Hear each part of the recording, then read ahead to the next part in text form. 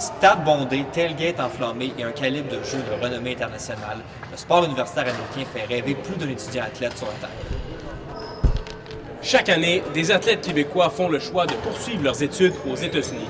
Par ailleurs, la NCAA a enregistré des revenus de plus de 1 milliard de dollars US. Mais qu'est-ce qui rend les programmes américains plus attrayants pour certains athlètes québécois?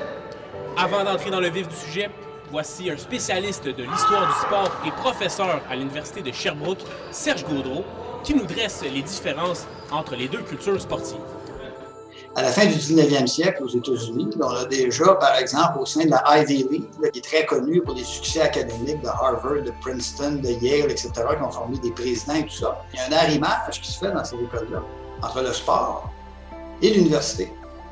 Et nous, au Québec, pendant ce temps-là, on va régler ça assez vite. Là. Il y a 2 universités chez les francophones. C'est évidemment l'Université Laval et l'Université Laval à Montréal, qui va devenir l'Université de Montréal dans les années 20. Nos équipes juniors de hockey, le sport qu'on pratique le plus, ce sont des équipes civiles, pas des équipes scolaires. On n'a pas cette notion d'arrimer le sport et l'université.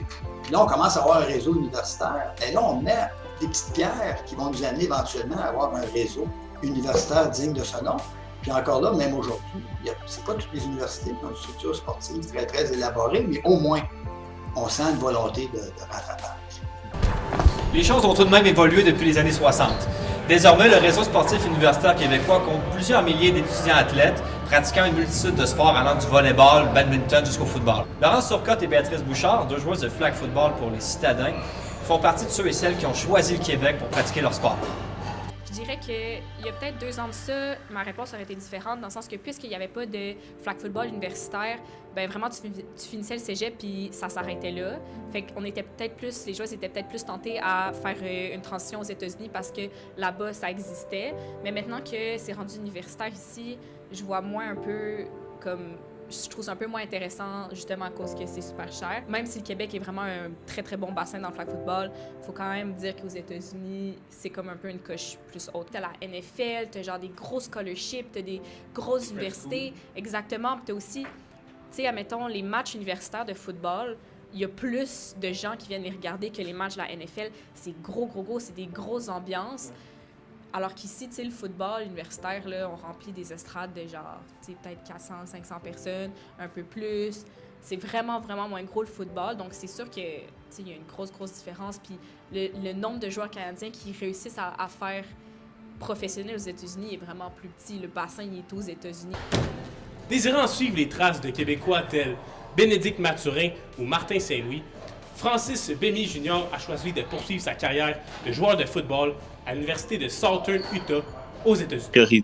Je faisais les écoles aux États-Unis, mais c'était ça mon but. Et là, j'ai eu une bourse d'études pour aller jouer à Southern Utah. Comme moi, quand j'étais sur scholarship et comme j'avais tout mon parcours scolaire payé, tous mes cours. Et si j'avais quelque chose que j'avais besoin, je demande. Il y avait quelqu'un qui s'occupait des athlètes à mon école. Et même si j'avais besoin de livres ou de quoi que ce soit, j'allais la demander, là, elle me donnait directement. Il fallait pas que je paye mon appart. Comme je paye mes livres et tout. Et pour mon appartement, ils nous donnaient un stipend. Ils nous donnaient un chèque chaque mois pour payer notre appartement et tout. Et aussi les autres avantages aussi que, honnêtement, c'est du côté comme les entraînements et tout. Comme on a un peu plus de ressources. Pas nos entraînements qu'on a au gym avec quelqu'un, puis on a aussi des traitements par des thérapeutes sportifs. On paye moins cher que les autres citadins, il y en a qui payent 0. Mais pour nous, on paye un certain montant, mais c'est quand même moins qu'on devrait payer de nos sous. Il y en a qui n'ont rien de tout ça.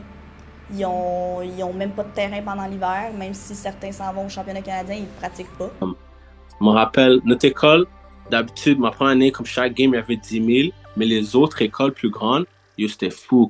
Il y a des stades que chaque game, il y a 40 000 qui viennent à la game. Nous, on le voit pour les citadins, pas pour le flag, mais admettons, basketball masculin, basketball féminin. Les games de basketball masculin sont remplis dans les estrades. Basketball féminin, il y a presque personne. Là.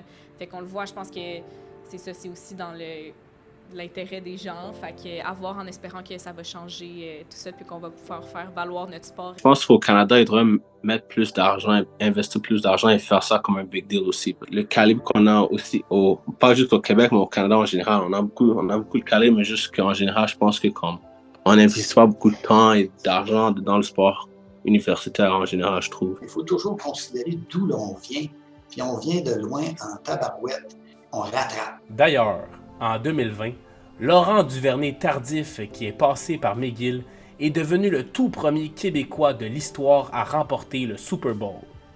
Cela prouve qu'il est désormais possible de passer par le Québec pour réaliser une grande carrière sportive.